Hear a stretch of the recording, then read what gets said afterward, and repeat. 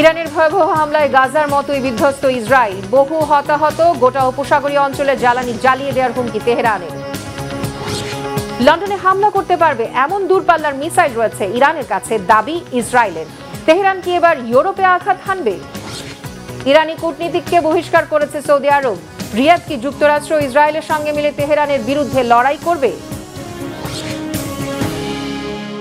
আসসালামু আলাইকুম, দেখছিলেন বাংলাভিশন ওয়ার্ল্ড নিউজ হেডলাইন। এবারে বিস্তারিত।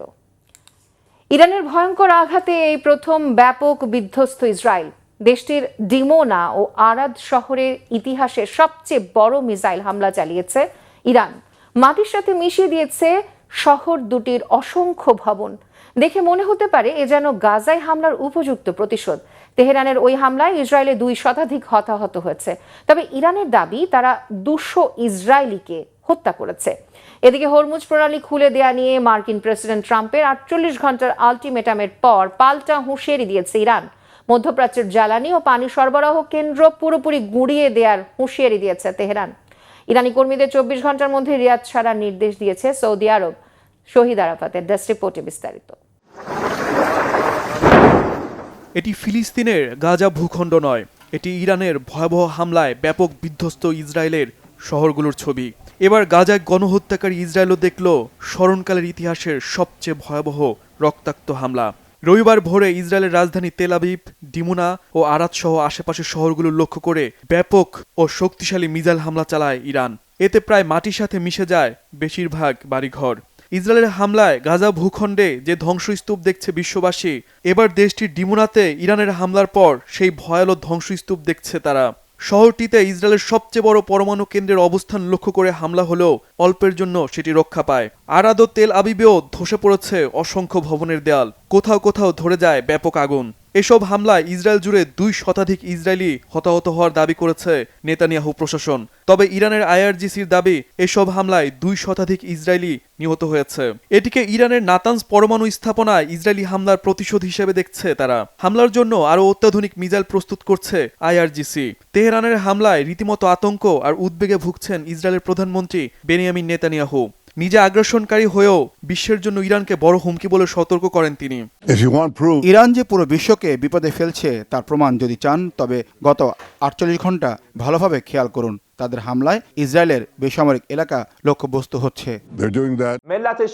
এদিকে ইরানের বিদ্যুৎ কেন্দ্রে হামলা হলে গোটা মধ্যপ্রাচ্যের জ্বালানি ও পানি সরবরাহ কেন্দ্র পুরোপুরি গুঁড়িয়ে দেওয়ার হুঁশিয়ারি দিয়েছে তেহরান। রবিবার ইরানের পার্লামেন্ট স্পিকার মোহাম্মদ বাকের গালিবাফ এই হুঁশিয়ারি দেন। বলেন, পুরো অঞ্চলের গুরুত্বপূর্ণ অবকাঠামো, জ্বালানি ও তেল অবকাঠামোকে বৈধ লক্ষ্যবস্তু হিসেবে বিবেচনা করবে তেহরান এবং সেগুলোর অপূরণীয় ক্ষতি করা হবে।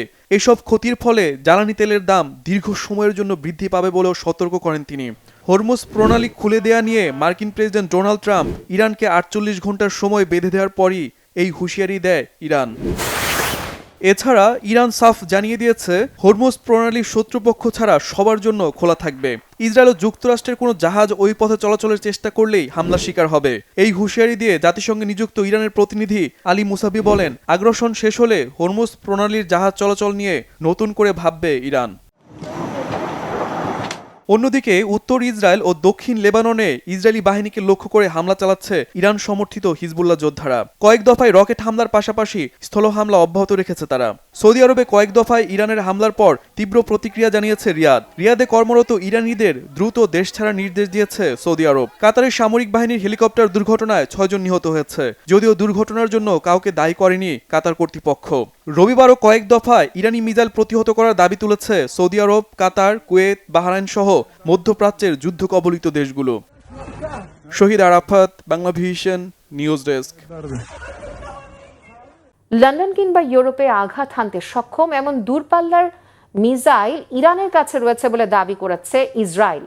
ইরান থেকে প্রায় 3800 কিলোমিটার দূরের মার্কিন ব্রিটিশ ঘাঁটি দেওগা গার্সিয়ায় তেহরানের সাম্প্রতিক মিসাইল হামলার পরই এই দাবি করল ইসরায়েল। প্রায় 4000 কিলোমিটার দূরে ইরানের এই হামলা প্রমাণ করে ইউরোপের বড় শহরগুলো এখন সরাসরি তেহরানের হাতের নাগালে। মধ্যপ্রাচ্যের সংঘাতের জেরে এবার কি তবে ইউরোপে হামলা চালাবে ইরান? হাফিজুল ইসলামের ডেস্ক রিপোর্টে বিস্তারিত।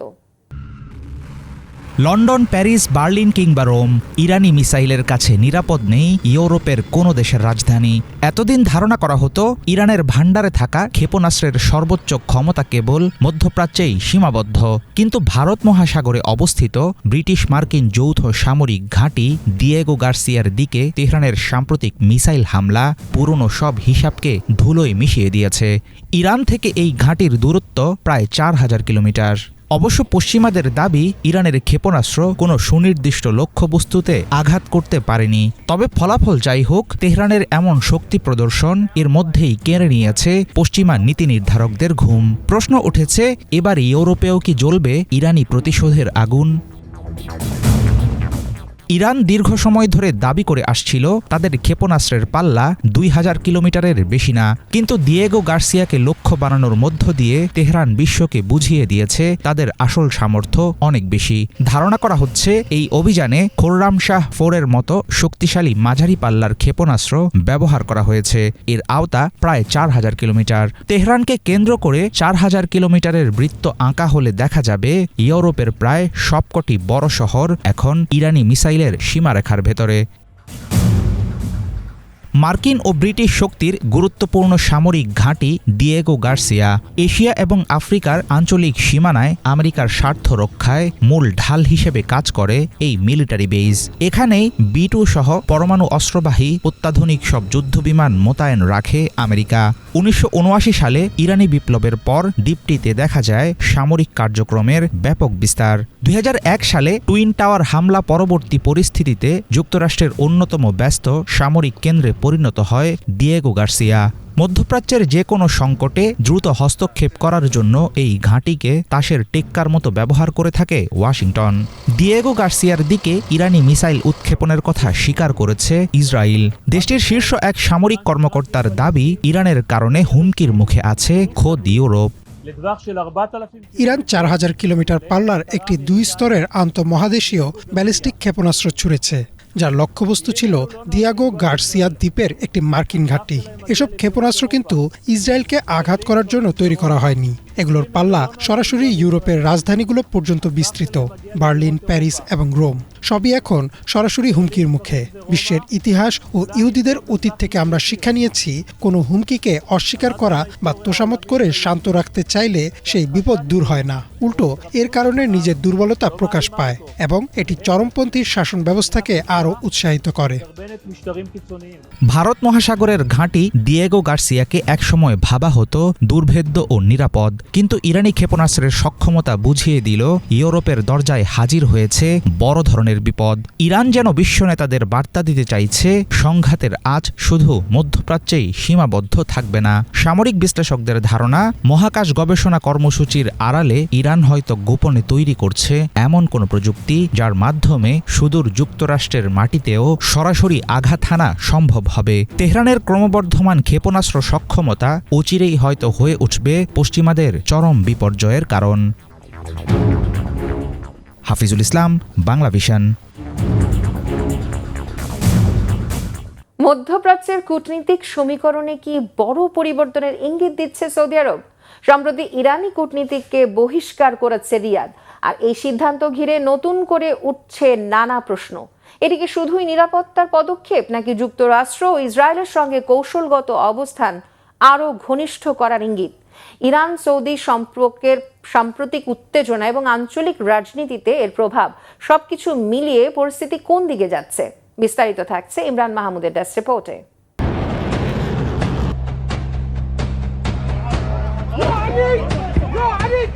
এবার কি সরাসরি যুক্তরাষ্ট্রের পক্ষ নিচ্ছে সৌদি আরব? সম্প্রতি দেশটিতে থাকা ইরানি দূতাবাসের সামরিক কর্মকর্তাদের বহিষ্কার করেছে সৌদি গেজেট ও ওয়াল স্ট্রিট জার্নালের প্রতিবেদন অনুযায়ী রিয়াদের দাবি, ইরান ও তার মদতপুষ্ট গোষ্ঠীগুলোর পক্ষ থেকে সৌদির মাটিতে থাকা মার্কিন স্থাপনাগুলোতে ক্রমাগত হামলার প্রেক্ষাপটে এই কঠোর সিদ্ধান্ত নিয়েছে দেশটি। আর এই ঘটনা একটি বড় প্রশ্ন সামনে নিয়ে এসেছে। সৌদি আরবকে এবার সরাসরি যুক্তরাষ্ট্র ও ইসরায়েলের বলয়ে যোগ দিচ্ছে। দীর্ঘদিনের শীতল সম্পর্কের পর 2023 সালে চীনের মধ্যস্থতায় ইরান ও সৌদির মধ্যে একটি সমঝোতা হয়েছিল। কিন্তু ইরানে মার্কিন ও ইসরায়েলের যৌথ হামলা ও দেশটির সর্বোচ্চ ধর্মীয় নেতা আয়াতুল্লাহ খামেনিকে হত্যার পর উপসাগরীয় অঞ্চলসহ সৌদি আরবে থাকা মার্কিন স্থাপনাগুলোতে ড্রোন ও ক্ষেপণাস্ত্র হামলা বাড়িয়েছে ইরান। ফলে দুই দেশের মধ্যকার স্থিতিশীলতা হুমকির মুখে পড়েছে। রিয়াদের অভিযোগ, তেহরান তাদের সামরিক প্রতিনিধিদের ব্যবহার করে এই অঞ্চলে অস্থিরতা ছড়াচ্ছে। ফলে নিরাপত্তা নিশ্চিত করতে তারা ইরানি দূতাবাস কর্মীদের বহিষ্কারের পথ বেছে নিয়েছে। সৌদি আরবের এই পদক্ষেপকে অনেকেই জো বাইডেন প্রশাসনের মধ্যপ্রাচ্য নীতির সাফল্য হিসেবে দেখছেন। ইরানকে কোণঠাসা করতে যুক্তরাষ্ট্র দীর্ঘদিন ধরে একটি আরব ইসরায়েল জোট গঠনের চেষ্টা করছে। যদিও সৌদি আরব এখনও ইসরায়েলের সঙ্গে সরাসরি কূটনৈতিক সম্পর্ক স্থাপন করেনি, তবে ইরানের প্রতি রিয়াদের এই কঠোর মনোভাব ইসরায়েলের স্বার্থকেই আরও জোরালো করবে। বিশেষ করে গাজা ও লেবানন ইস্যুতে ইরান যখন ইসরায়েল বিরোধী ফ্রন্টকে শক্তিশালী করছে, তখন সৌদি আরব থেকে ইরানি কূটনীতিক বহিষ্কারের মতো পদক্ষেপ তেহরানকে একঘরে করার ক্ষেত্রে ইসরায়েল ও পশ্চিমাদের হাতকেই শক্তিশালী করছে। অনেক বিশ্লেষক মনে করছেন, ইরানকে রুখতে সৌদি আরব এখন কৌশলগতভাবে যুক্তরাষ্ট্র ও ইসরায়েলের সাথে একই সমান্তরালে অবস্থান করছে। চলমান যুদ্ধের শুরু থেকেই গুঞ্জন উঠে ইরানের সামরিক অভিযান চালাতে ইসরায়েলের পাশাপাশি সৌদি আরবও চাপ দিয়েছিল ট্রাম্পকে। ওয়াশিংটন পোস্টের একটি প্রতিবেদনে বলা হয়, ইসরায়েল ও সৌদির যৌথ চাপ ছিল ট্রাম্প প্রশাসনের উপর যেন খুব দ্রুতই ইরানের বিরুদ্ধে সামরিক অভিযান শুরু করা হয়। যদিও এই বিষয়ে আনুষ্ঠানিকভাবে কোনো মন্তব্য করেনি রিয়াদ।